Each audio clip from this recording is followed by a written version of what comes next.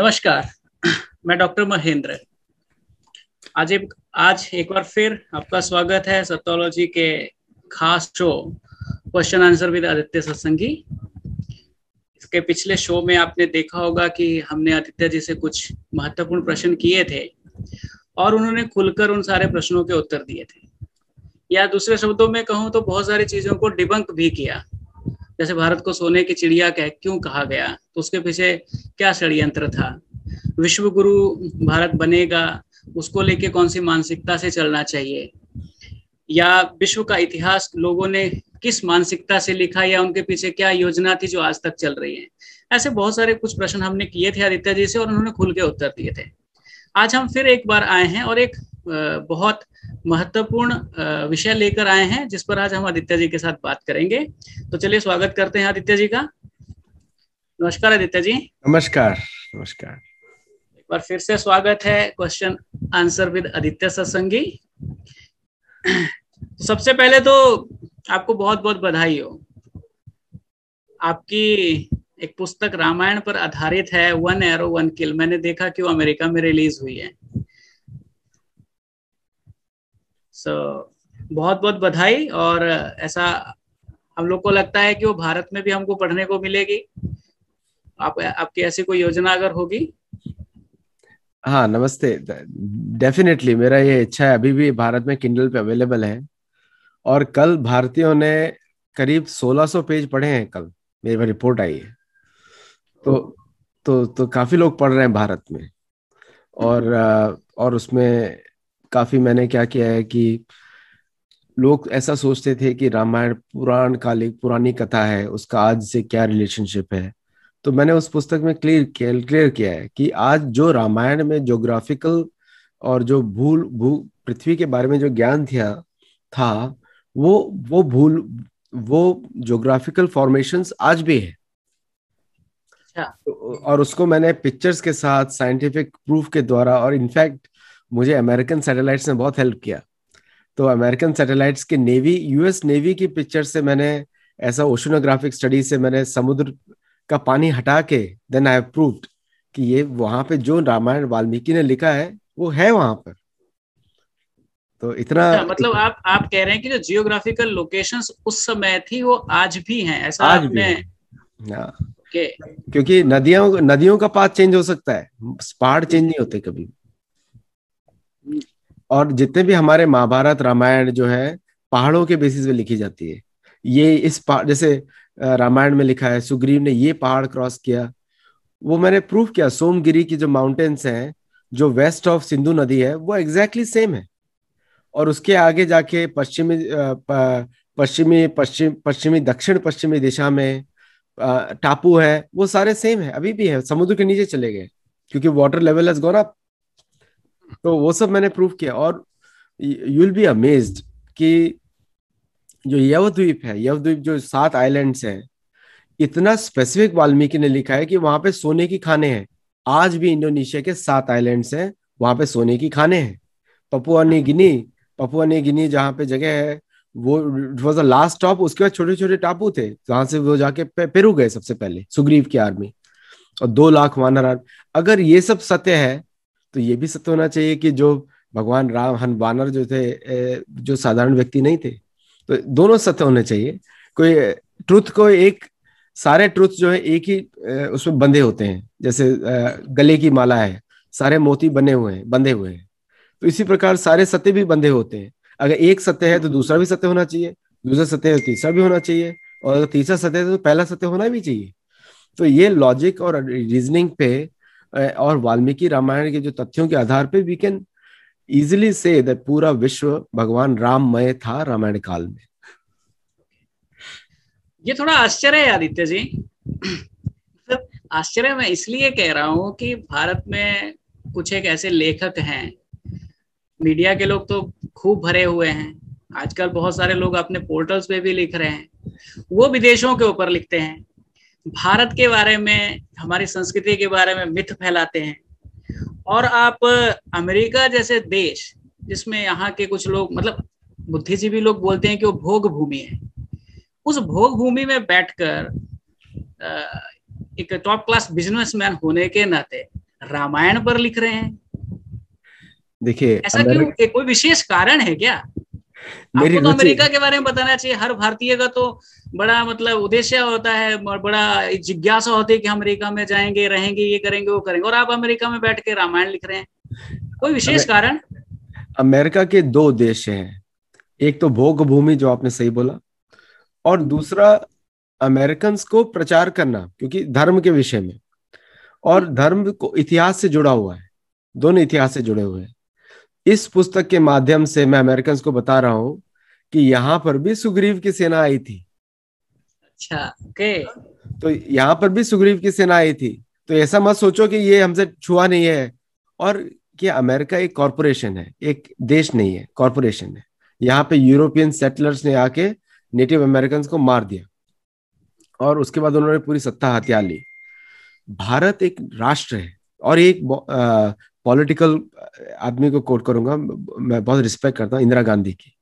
जब इंदिरा गांधी 82 में America I, उन्होंने रोनाल्ड रीगन को बोला, आप वीडियो देखिएगा कहीं पे भी, मैंने फेसबुक पे एक पोस्ट किया था बहुत दिनों पहले, उसमें उन्होंने बोला, you are a new country but we are from a very ancient land. ये पहली बार किसी इंडियन प्राइम मिनिस्टर ने खुल के रोनाल्ड रीगन के सामने बोला था। और आप नोटिस करेंगे, Ronald Reagan felt so small. Indira Gandhi 5 feet 2 inch की हाइट के, रोनाल्ड रीगन था 6 फीट 3 इंच हाइट का। But you can see the entire facial expression. और उस समय भारत का आज का जो पोजीशन है, इकोनॉमिक माइट, वो सब नहीं था। और भारत एक गरीब देश था उस समय। तो उस समय इंदिरा गांधी ने उसको कैसे उसको बोला। और ये बात मैंने 2-3 महीने पहले ही देखी थी, उससे पहले नहीं देखी थी। उसके पहले यहाँ पर प्रभुपाद आए, बहुत बड़े बड़े आचार्य आए, प्रभुपाद आए। तो प्रभुपाद ने भी एक बात वेस्टर्न लोगों को बोली। उन्होंने एक बात बोली कि भारत पूरे विश्व में एक अच्छी वैल्यूज को भेजता है। तो अभी मैं यहाँ पे, मेरी ब्राउन स्किन है, इंडियन दिखता हूँ, मेरा एक्सेंट भी ज्यादा चेंज नहीं हुआ है, ज्यादा अमेरिकनाइज एक्सेंट नहीं है मेरा।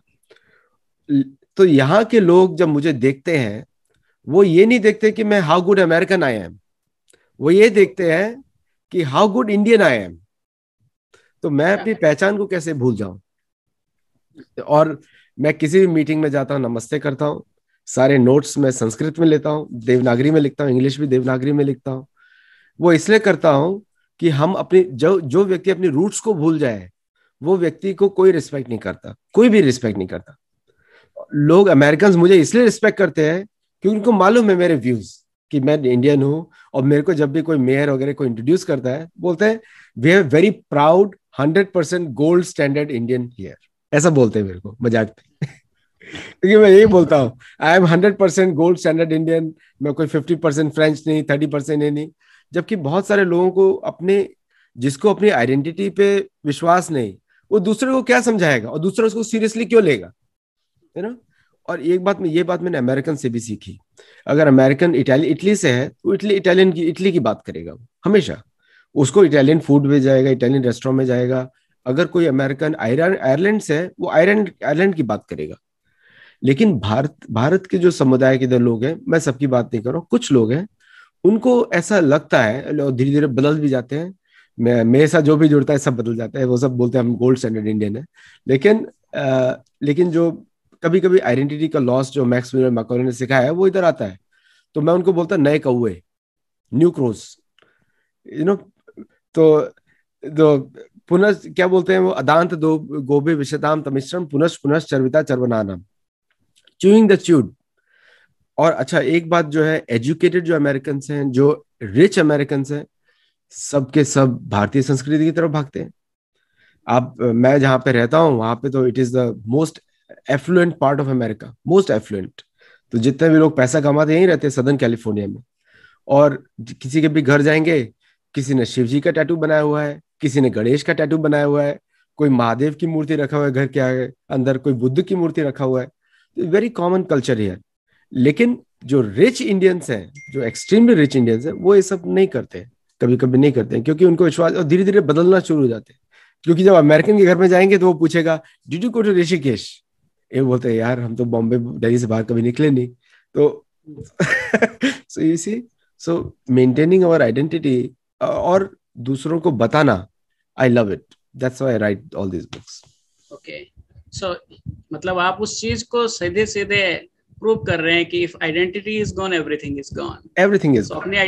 अपनी आइडेंटिटी को बचा के रखना है बहुत बड़ी बात है, खासकर उस भोग भूमि में, जबकि इसका उल्टा हम भारत में आजकल बहुत बड़े पैमाने पर देख रहे हैं। तो आदित्य जी, आज हम एक विशेष टॉपिक पर बात करने वाले हैं और मैंने बड़े मतलब जानबूझकर ये टॉपिक लिया है और उसकी आवश्यकता को समझते हुए टॉपिक आज लिया है, क्योंकि पूरा देश और दुनिया आज संकट काल से गुजर रहा है, चाहे वो भारत है चाहे अमेरिका है, एक्सेप्ट कुछ राक्षसों को छोड़ के, क्योंकि उन राक्षसों के चक्कर में पूरी दुनिया में संकट आया हुआ है। तो ऐसा हमने अपने बुजुर्गों से सुना है और छोटा मोटा जो शास्त्र पढ़ा है उसमें कहते हैं कि जब संकट का समय आता है तो संकट मोचन को याद करना चाहिए, उनका स्मरण करना चाहिए। और आपने अभी अभी रामायण पर पुस्तक लिखी है, तो स्वाभाविक है उसमें संकट मोचन हनुमान भी आए होंगे। तो मैं हनुमान जी से संबंधित छोटी छोटी बातें आपसे करना चाह रहा हूँ। वैसे भारत में हनुमान जी की पूजा करने वाले करोड़ों में बैठे हुए हैं, हनुमान चालीसा का पाठ रोज करते हैं, पूजा रोज करते हैं, सुंदरकांड भी होता होगा।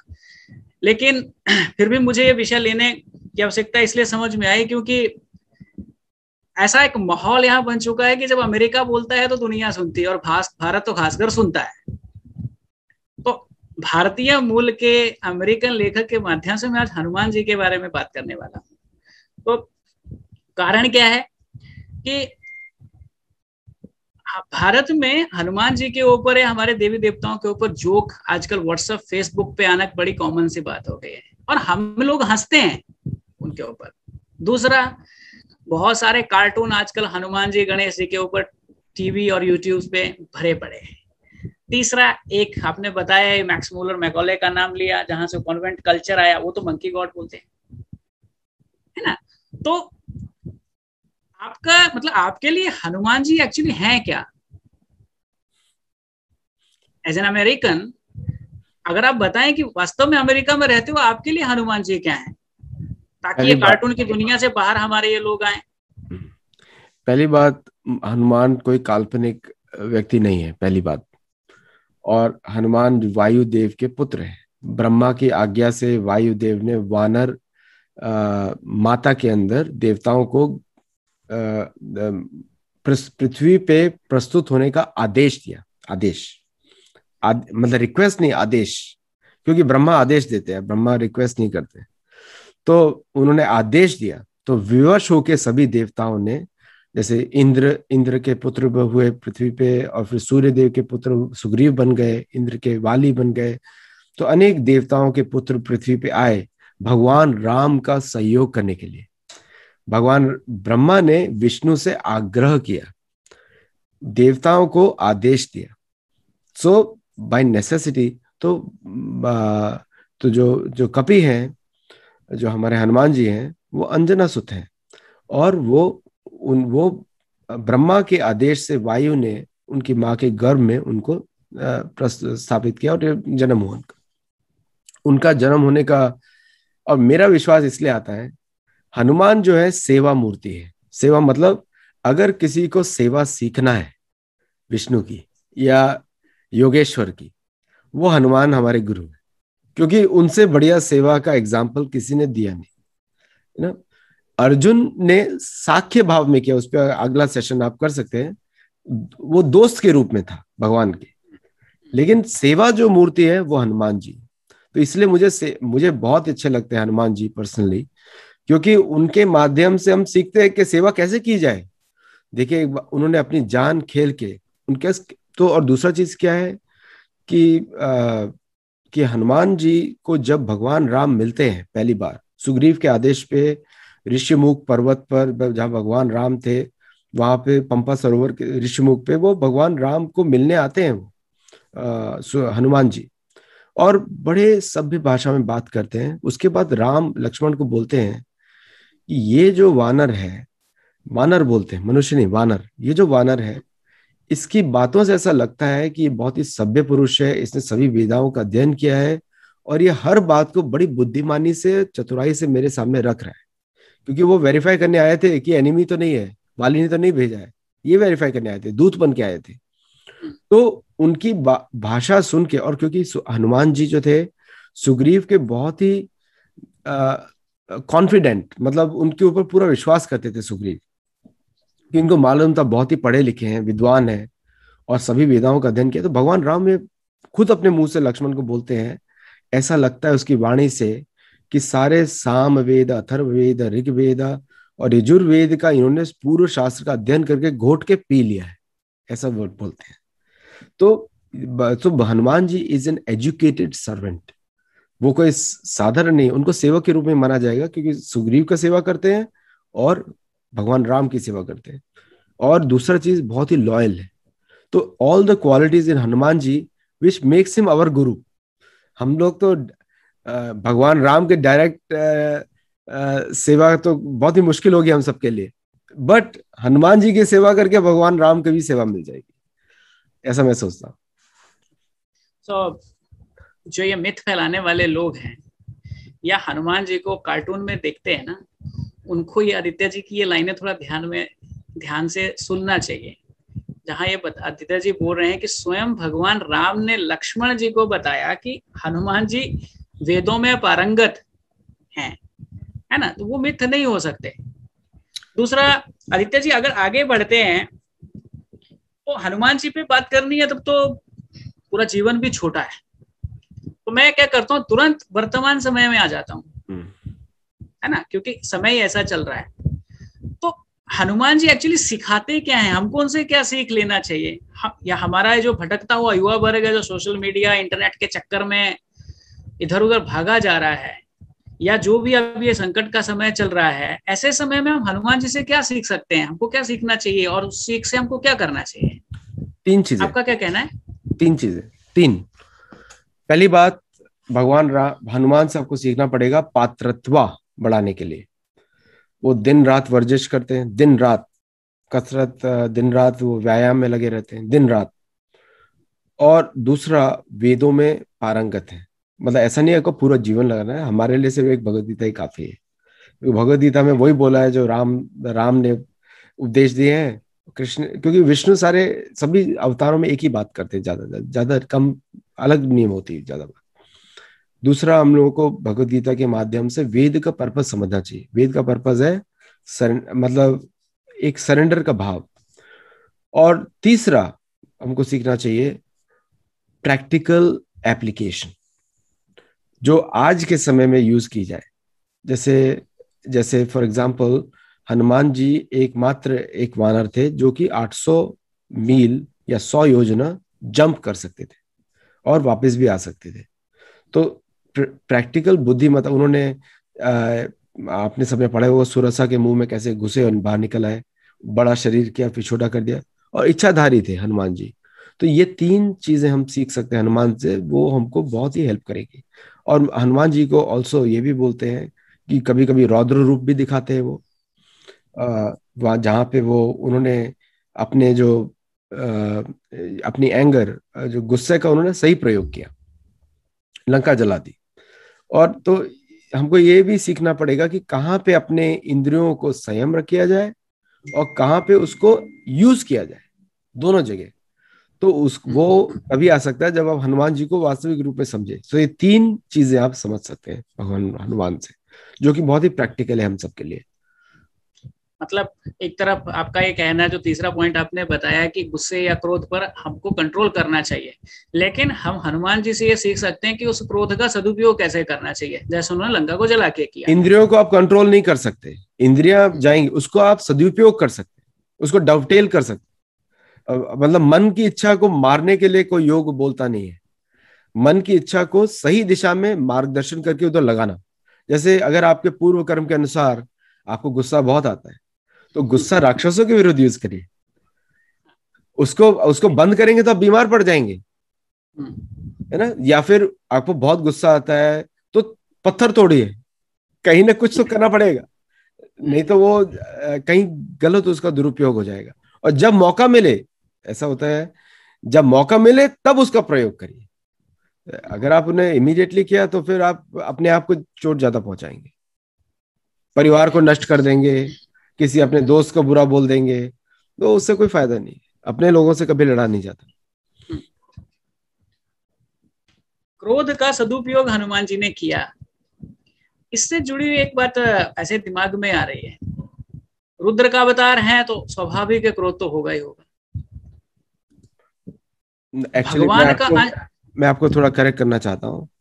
जी, रुद्र जो शब्द है रुदंती से आता है, रुदंती। शिव जी रो रहे थे, उनको मालूम नहीं था कि क्या, जब उनका उत्पत्ति हुई तो उन्होंने, तो ये रुद्र का शब्द गुस्सा नहीं है, रौद्र इज द वन। रौद्र मतलब गुस्सा दिखाना, तो रुद्र नहीं।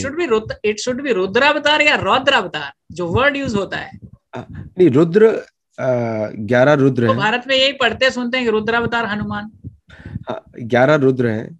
तो हाँ, तो रुद्र उस समय बोला था, लेकिन रुद्र का अर्थ ये नहीं है। रुद्र का अर्थ ये होता है, मतलब जैसे मैंने एक पुस्तक में भी लिखा है 11 रुद्र हैं और वो 11 मटेरियल क्रिएशन यूज होते हैं।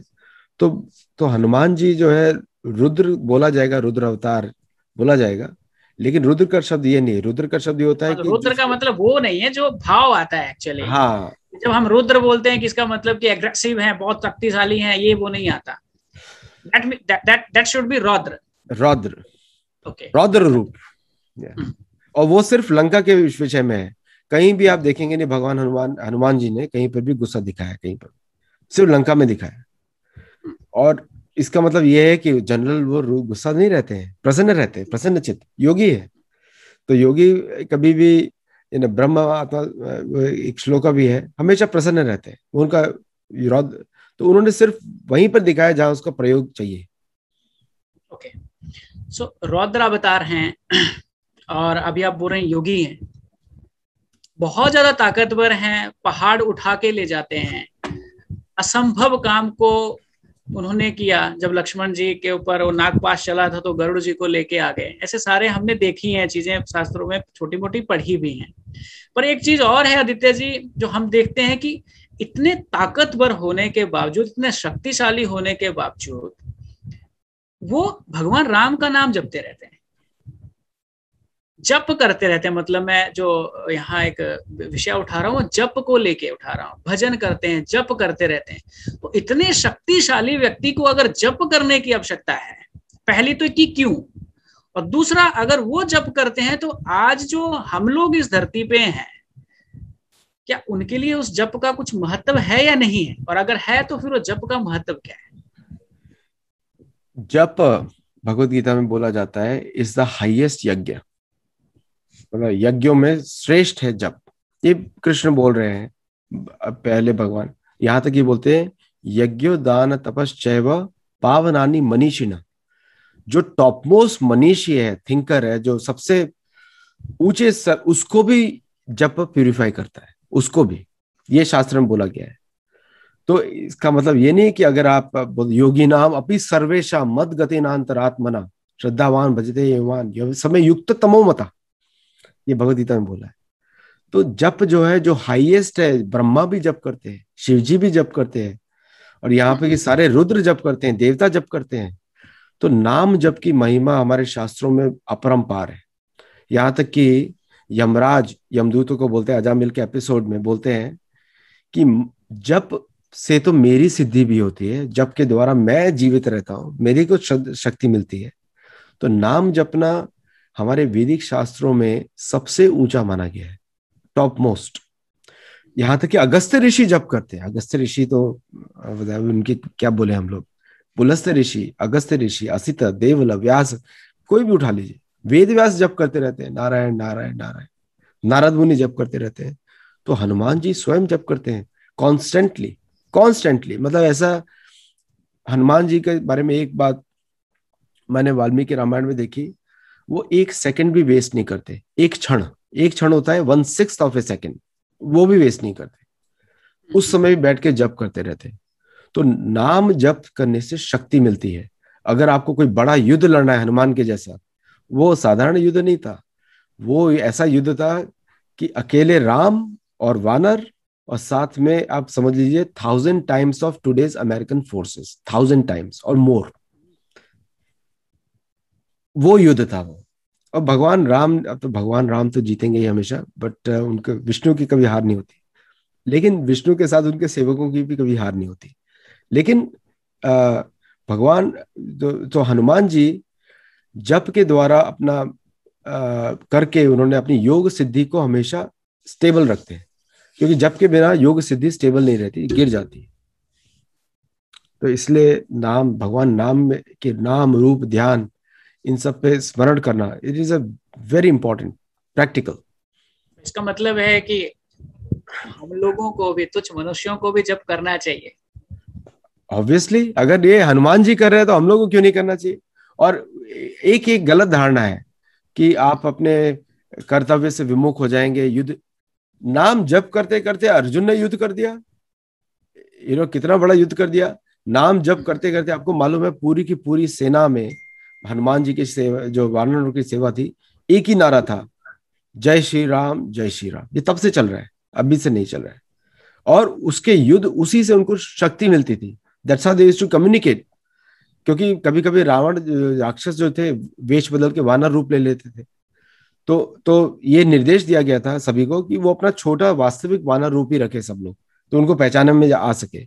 और वो तभी आता था जब जय श्री राम करते, तो पूरा युद्ध ही राम जप, नाम जप के साथ साथ बाण और धनुष और सब कुछ चलाया उन्होंने।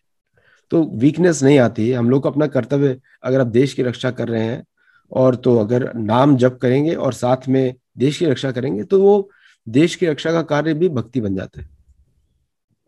तो मतलब इनर स्ट्रेंथ नाम जपने से मिलती है, ऐसा हमारे शास्त्रों में वर्णित है, और हनुमान जी उसको बिल्कुल डेमोन्स्ट्रेट कर रहे हैं हमारे सामने, ऐसा आपका कहना है, राइट? या हनुमान चालीसा में एक लाइन आती है आदित्य जी, संकट कटे, जो लाइन है आप जानते हैं, संकट कटे मिटे सब पीरा, जो सुमिरे हनुमत बलबीरा। इसका मतलब यह है कि कोई भी संकट आता है या कोई भी कठिनाई हमारे सामने आती है, हनुमान जी उसको दूर कर देते हैं या सरल बना देते हैं। तो मतलब ऐसा ये कैसे कर सकते हैं, सरल कैसे बन जाती हैं हनुमान जी के लिए सारी चीजें? देखिए, ये एक इट्स साइंस। अभी जैसे आपको कोई, आपको मेरे को एक मेडिसिन देनी है कड़वी। अभी आजकल तो मेडिसिन बहुत लोग खा रहे हैं बिकॉज ऑफ पेंडेमिक।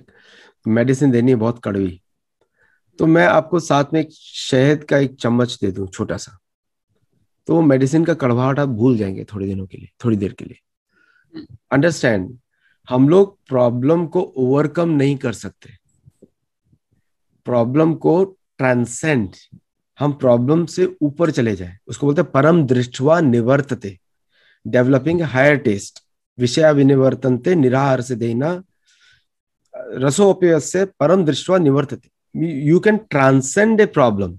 आप प्रॉब्लम को से आगे निकल गए तो भी प्रॉब्लम तो प्रॉब्लम ही रहेगी, वो जाने वाली नहीं है। तो इस लाइन का अर्थ ये है, हनुमान की, राम की सेवा देखकर मेरा मन इतना मगन हो गया कि आजकल की सारी प्रॉब्लम तो बहुत छोटी होगी। That's how you transcend it. ये प्रैक्टिकल अंडरस्टैंडिंग है। क्योंकि देखिए, हनुमान जी भक्त हैं, लेकिन कितना उन्होंने चेष्टा, आप सोचेंगे कि अगर राम के सामने भगवान को, हनुमान को इतना कार्य क्यों करना पड़ रहा है? क्योंकि इसी कार्य में हमारा शुद्धिकरण है। इस जो चैलेंजेस आ रहे हैं, it is an opportunity also.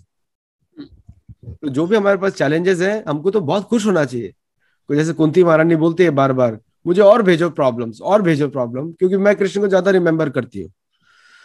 तो इसी तरह हनुमान जी की सेवा, जब हनुमान जी का स्मरण करते हैं, तो स्मरण ये नहीं कि हनुमान जी कितना बड़ी बॉडी है, ये है, नहीं, वो स्मरण नहीं। स्मरण करना है कि उन्होंने कितनी कठिन परिस्थिति में राम की सेवा करी, अपनी जान पे खेल के, है ना। अंगद के, पहली बात, 1 महीना तो उनका समय, सुग्रीव ने 1 महीने का समय दिया था दक्षिण दिशा में ढूंढने के लिए, वो तो निकल गया, गुफा में निकल गया, एक गुफा में निकल गया। उसके बाद अंगद तो वापस जाना नहीं चाहता था, सुग्रीव, अंगद तो उसको लगा था मृत्यु दंड मिलेगा, सुग्रीव ने पब्लिक घोषित किया था। तो उस कठिन परिस्थिति में हनुमान ने, जाम्बवान जी ने जब उनको याद दिलाया, तो उन्होंने लंका की तरफ क्रॉस किया, समुद्र को क्रॉस किया। तो जान पे खेल के, श्योरिटी नहीं थी कि वो लंका पहुंचेंगे, हो सकता है किसी टापू पे पहुंच जाए, किसी और टापू पे। तो वो इंसिडेंट को रिमेम्बर करते हैं, तो समझ में आता है कि जब हनुमान जी ये कर सकते हैं, हमारी प्रॉब्लम तो बहुत छोटी है।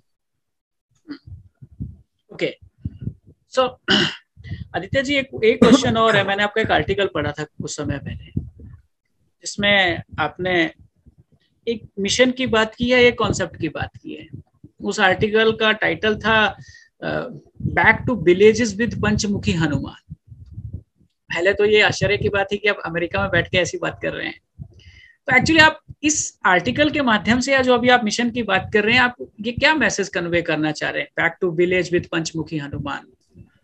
आपने बात की कि गांव-गांव में मूर्ति होनी चाहिए या अखाड़ा होना चाहिए, साथ में आपने कहा था कि हनुमान पताका घर घर में लगनी चाहिए। इस मिशन के तहत ये सारी बातें आती हैं, तो आपका क्या कहना है इसके ऊपर? तो पंचमुखी हनुमान ये भगवान, ये हनुमान जी का रौद्र रूप है, जहाँ पे एज ए सेवक जब वो लंका पहुंचते हैं तो सभी विष्णुओं की शक्ति लेके पहुंचते हैं। मतलब उन्होंने जिस प्रकार का रौद्र रूप दिखाया वो साधारण साधारण व्यक्ति के लिए पॉसिबल नहीं है, क्योंकि रावण जो है देवताओं पर भी विजय प्राप्त कर चुका था। तो ये वो स्वरूप है। और आजकल जो मानसिक स्थिति है बहुत सारे हिंदुओं की और सनातन धर्म के, जिनको भी श्रद्धा है सनातन धर्म में, वो उनका जो मानसिक स्थिति काफी वीक हो चुकी है because of Max Muller, leftism Bharat में, कम्युनिज्म, और साथ में जो फेथ बेस्ड कॉलोनियल अटैक्स हैं उनकी वजह से तो काफी वीक हो चुकी है। तो इसलिए मैंने बोला था कि उस श्रद्धा को वापस सिर्फ पंचमुखी हनुमान ला सकते हैं। जो निराशाजनक स्थिति है उसको वापस हटा सकते हैं पंचमुखी हनुमान। लेकिन जब आप पंचमुखी हनुमान को हर गांव में लाना जरूरी है, हर घर में लाना जरूरी है, क्योंकि उससे हमारा मनोबल बढ़ता है। और साथ में अगर हम देखिए, जो स्मरण जो होता है, स्मरण सिर्फ रूप का स्मरण भी बहुत इंपॉर्टेंट है, अच्छा है, लेकिन उससे भी ज्यादा स्मरण अच्छा होता है लीला का, क्योंकि उसमें आपको ये दिखता है कि एक्शन क्या किया, क्योंकि हम लोग प्रैक्टिकली समझ सकते हैं इन सब चीजों को। और मैं जब अमेरिकन को सिखाता हूँ, यहाँ पे तो लोग कैंपेन करते रहते हैं अगेंस्ट आइडोलेटर्स, अगेंस्ट आइडोलेटर्स। तो मैं यहाँ पर भी शुरू करने चाहता हूँ एक समय में आके पंचमुखी हनुमान का प्रोजेक्ट, क्योंकि अमेरिकन भी धीरे धीरे उनको भी ऐसा लगने लगा है कि something is missing in their own life.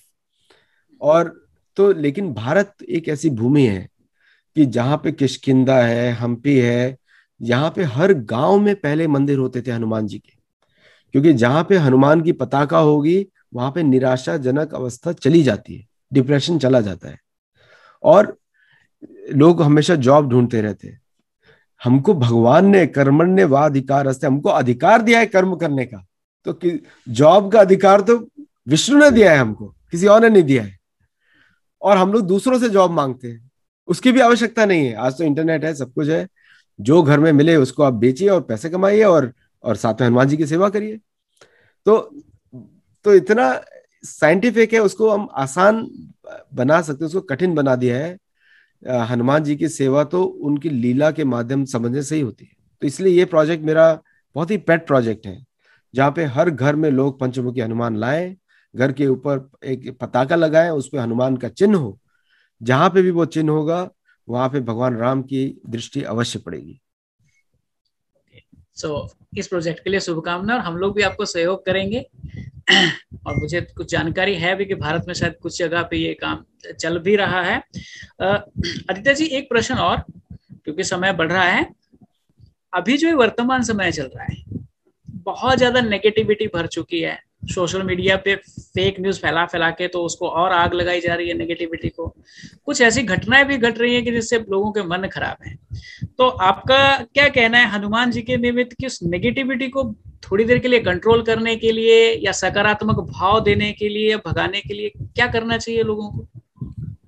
ये राक्षस प्रवृत्ति है माया का प्रयोग करना। ये राक्षस की माया का अर्थ ये नहीं है कि अभी इल्यूजन क्रिएट करते हैं तरह तरह के, कंफ्यूज करने के लिए। यहाँ पे हनुमान जी की बहुत आवश्यकता है, क्योंकि हनुमान जो इल्यूजन हटाते हैं। अभी जैसे, तो हनुमान जी का सेवा का अर्थ ये नहीं है कि आप इमोशनल होकर सेवा कर रहे हैं, इसलिए मैंने बोला लीला का ध्यान करना आवश्यक है, बुद्धि का प्रयोग। अगर कोई आपके सामने, अभी किसी ने आपके सामने इल्यूजन रखा कि ये इतनी बड़ी दीवार है, इसको आप क्रॉस नहीं कर सकते, लेकिन आप हनुमान जी का उदाहरण लेके साइड से निकल जाइए, ऊपर से निकल जाइए, नीचे से निकल जाइए। सो कोई भी प्रॉब्लम के 10 हमारी 8 दिक्पाल है, 8 दिशाएं हैं, हमारे पास 8 तरह के सॉल्यूशंस हैं, और हर जगह 8 तरह के सॉल्यूशन। अगर कोई 8 प्रॉब्लम करता है तो 64 सॉल्यूशन है हमारे पास, है ना। जो निराशाजनक अवस्था तब आती है जब आप हनुमान जी को उनकी बुद्धि से नहीं समझते कि इतने बुद्धिमान है, और उनकी बुद्धि आई है वेद शास्त्रों से। वो क्योंकि वायु के पुत्र हैं, उनके भाई भीम है, तो जहां भी वायु, सो वायु जो है सबसे शक्तिशाली देव है, सबसे ज्यादा शक्तिशाली। तो वायु जो है प्लैनेट्स को उड़ा सकते हैं, हवा बंद कर सकते, हवा बंद कर दी थी उन्होंने सूर्यदेव, तो सूर्यदेव का प्रभाव प्रभाव भी बंद हो गया पृथ्वी पे। वो इंसिडेंट मालूम है हनुमान जी का आपको? तो सूर्यदेव तो इतनी शक्तिशाली है, समुद्र को उड़ा सकते हैं, समुद्र भी उड़ जाएगा। तो इसलिए क्योंकि वो वायु के पुत्र हैं, तो हनुमान जी से आपको एक तो असीमित शक्ति मिलती है, और दूसरा असीमित बुद्धि मिलती है उनके एक्टिविटीज देख के। उनका सिर्फ हम लोग क्या सोचते हैं कि कभी मूर्ति के सामने जाके हाथ जोड़ लिया, वो दर्शन नहीं है, वो तो आपके आंखों के दर्शन है। बट रियल दर्शन तो कर्ण दर्शन होते हैं, कानों के द्वारा, आंखों के द्वारा नहीं होते। आंखों से अगर आपने देखा तो आप तो अचंभे में पड़ जाएंगे कि बहुत प्रॉब्लम है। सो जितना भी आज मायावी सिचुएशन है which is created by enemies of humanity, not just India, humanity, तो ये राक्षस लोग हैं। और राक्षसों के लिए तो हनुमान जी बेस्ट उपाय है, पूरा का पूरा लंका जला दिया। तो राक्षसों को मालूम नहीं है उनके पास, तो उनके पास केमिकल लेबोरेटरी है, हमारे पास हनुमान जी है। तो वो कितने भी प्रॉब्लम्स लाएंगे। तो इस समय, ये समय हमको निराशाजनक का नहीं है, होपलेसनेस का नहीं होना चाहिए। ये समय होना चाहिए अपना इंडस्ट्रीनेस, दृढ़ दृढ़ व्रत दिखाने के लिए कि हम खड़े हुए हैं और हम इसका मुकाबला अच्छी तरह करेंगे। This is the time to show that. यहीं पे आपके हनुमान में श्रद्धा टेस्ट होती है। यस, जब करते हुए अपने उसको जो दृढ़ता है उसको दिखाना चाहिए। हाँ आदित्य जी, एक अंतिम प्रश्न मैं ले रहा हूं आपके अमेरिका ने या इस विदेश ने दुनिया भर को बड़े बड़े सुपरमैन बेचे हैं, चाहे वो सुपरमैन है, चाहे स्पाइडरमैन है, कोई हल्क आया, एवेंजर्स की टीम आ गई, और सिनेमा के माध्यम से पूरी दुनिया में वो लोगों के घरों घरों में पहुंच गए, लड़के लड़कियों के आइडियल बन गए वो लोग। और भारत में तो उनका बहुत भयंकर प्रभाव है, पूरे के पूरे सिनेमा हॉल और ये जो भी ओटीटी प्लेटफॉर्म चलते हैं, तो जब भी एवेंजर्स की मूवीज आती हैं तो टूट पड़ते हैं हमारे लोग, और उन्हीं को अपना आइडियल बना के बैठे हुए हैं। जबकि हमारे पास हनुमान जी हैं, और हनुमान जी को लेके आकाश बनते हैं। तो ऐसे लोग जो इन एवेंजर्स और ये सारे विदेशियों ने जो सो कॉल्ड सुपर ह्यूमन लोग परोसे हैं हमारे सामने, उनको फॉलो करने वाले, उनको आइडियल मानने वाले लोगों के लिए आप क्या कहना चाहते हैं फिर हनुमान जी के कॉन्टेक्स्ट में? देखिए, मनुष्य जीवन में हीरोज चाहिए, ये आज से नहीं है, पहले प्राचीन काल से। तो हमारे हीरो सनातन धर्म में देवता है। ऐसे प्रकार के कार्य विष्णु ऐसे कार्य नहीं करते कभी भी। विष्णु, वो कृष्ण की लीला अलग है, जिन्होंने पहाड़ उठा लिया, तो वो तो असी, अब इसीलिए उनको बोला जाता है पूर्ण पुरुषोत्तम भगवान। वो कृष्ण, वो कोई भी विष्णु अवतार पृथ्वी के नियमों को तोड़ेगा नहीं, धर्म को तोड़ेगा नहीं, विष्णु कृष्ण कर देते। हनुमान जी जो वेस्टर्न वर्ल्ड में जो डिजीज है फॉल्स हीरोज बनाने का, वो इसलिए है क्योंकि उनकी फिलॉसफी इनकम्प्लीट है। बाइबल या कुरान या ओल्ड टेस्टामेंट इतना, they don't give so much information. तो अगर इंफॉर्मेशन उधर नहीं है तो उनको बनाने पड़ते अपने हीरो, उनको अपने रॉक स्टार्स को हीरो। अभी लोग बोलते हैं हम मूर्ति पूजा में विश्वास नहीं करते, लेकिन माइकल जैक्सन की मूर्ति हर कोई घर में रखता है। क्यों? वो तो फेक मनुष्य की मूर्ति है। हम लोग तो मनुष्य की पूजा नहीं करते। देवताओं की आराधना करना वो हमारे नेचुरल हीरोज हैं। तो ये जो वेस्टर्न वर्ल्ड में जो अभाव है, इनकम्प्लीटनेस है, इसकी वजह से वो लोग इमेजिनरी हीरोज बनाते हैं, एवेंजर्स मूवी बनाते हैं। लेकिन उनकी प्रेरणा आती है हमारे शास्त्रों से कि उड़ रहा है। There is a movie made on the conquer of the world by the monkeys, apes, एक एप्स करके एक मूवी आई थी, है ना? वो कहां से इंस्पायर्ड है? रामायण से इंस्पायर्ड है। रामायण में सुग्रीव ने पूरे साउथ अमेरिका को छान मारा लिटरली 2 लाख वानरों की सेना के साथ। वो मूवी है। तो इंस्पिरेशन हम लोगों से लेते हैं, लेकिन इमेजिनरी कैरेक्टर बनाते हैं, क्योंकि वो पब्लिकली बोल नहीं सकते कि वो हनुमान के भक्त हैं, ठीक है? लेकिन हम तो पब्लिकली बोल सकते हैं कि हम ये बोल सकते हैं हमारे सुग्रीव की आर्मी ने पूरे विश्व को छान मारा एक सीता मैया के लिए। तो भारत में ये विडंबना है कि जितने भी जो हमारे फिल्म मेकर्स हैं ये हमेशा चुराते हैं आइडियाज दूसरे। इतने सारे गाने चोरी हैं अमेरिका से और दूसरे लैटिन अमेरिका से। आजकल लैटिन अमेरिका चोरी करते हैं क्योंकि उनको मालूम है कि सुना नहीं होगा, तो वहां चोरी करके इंडिया में गाना बना देते हैं।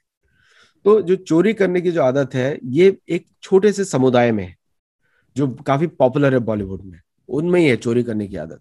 पूरी दुनिया के गाने, ट्यून्स, मूवीज चोरी करके भारतीयों को बेचते हैं आर्ट, लेकिन उन लोगों का कोई रिस्पेक्ट भी नहीं है वेस्ट में। लेकिन अभी हमारा समय ऐसा है, अभी इसलिए मैंने बुक का टाइटल भी रखा, 1 एरो 1 किल।